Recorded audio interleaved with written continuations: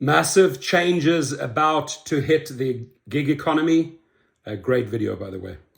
No one is talking about enough. Things are looking pretty odd for ride-sharing companies. So yesterday, Lyft announced its projected earnings statement for shareholders. Remember, Lyft is a public company. And in the initial press release, announced it was expecting an increase in profit margins of 500 basis points, which, y'all, is literally wild. Basis point is basically a fancy way of saying 1/100th of a percentage. So 500 basis points was a predicted growth on margins of 5%. So within minutes, the stock price for Lyft nearly doubled, meaning in the most simple terms that Lyft's market value was basically almost double. Let's call it from about $5 billion to $9 billion. And then about an hour later, Lyft's CFO got on a call with analysts and was like, hey, about that 500, it's actually not 500, it's 50. That's right, they added an extra zero, which means it wasn't a 5% expectation, it was a 0.5%. If a picture is worth 1,000 words, then a typo of a zero is worth $4 billion.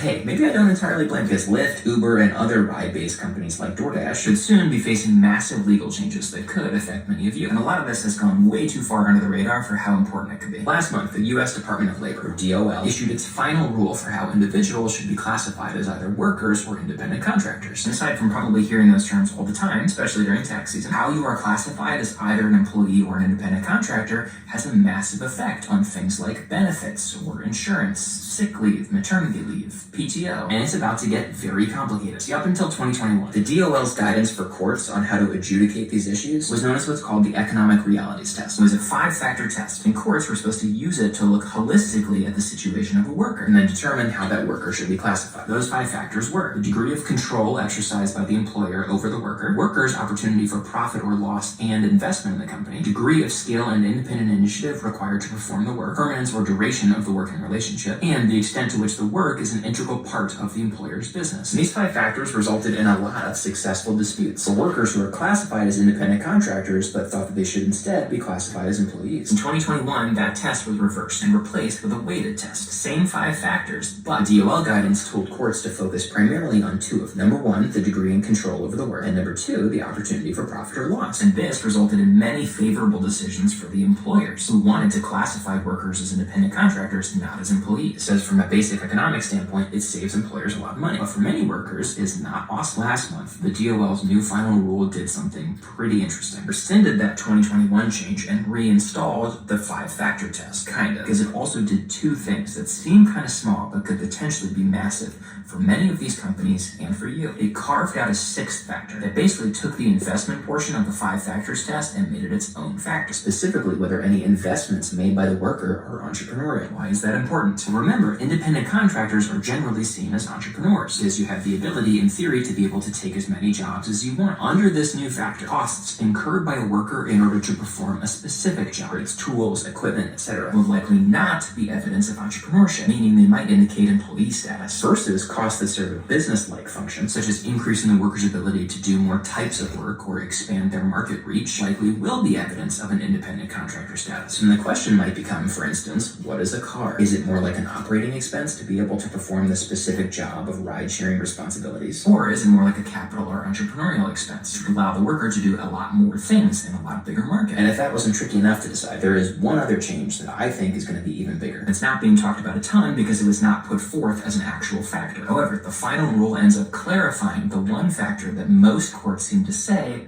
this is what we really care about as an initial test, and that is the nature and degree of control over the performance of the work. The rule states that in looking at this factor, a court should also consider whether the employer sets the worker's schedule, whether the employer supervises or has the right to supervise or discipline a worker, whether the employer limits the worker's ability to work at other places, whether the employer uses technology as a means of supervision, and or whether the employer controls the marketing of services or the price of services. And this one could be massive, depending on how much weight courts put on it. Because if you've ever driven for one of these companies, then you know that you don't set your own rate. Most relationships in the gig economy don't involve setting your own rate. And if that question becomes instrumental in deciding whether someone is actually an employee instead of an independent contractor, that could have a huge impact on millions of people and the companies. And it'll be interesting to see how this plays out before it's supposed to go into effect next month. Because yes, Lyft and Uber and many others have put out statements saying that this new rule doesn't doesn't affect how they're going to operate or how they should classify people at all. Yet, at odds with that is the time, money, and resources that all of these companies put into fighting this new rule. It seems like no matter what, something's got to give. 100% for sure, or at least 1,000%, or 10% really, depending on which zero is accidentally added or deleted. A $4 billion typo. Great video. Something's got to give. He ends it. Love his sarcasm at the end about the extra zero. There have to be fines here. I mean, the SEC has to chop some heads, right? They can't just get away with that one. I mean, they drove it up from $4 billion to $9 billion with an intentional mistake. Now, great argument by this guy.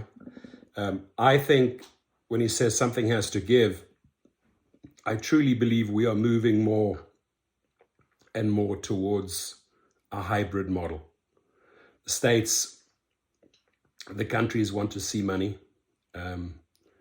They know that if they switch this to an employee model, it's over, right?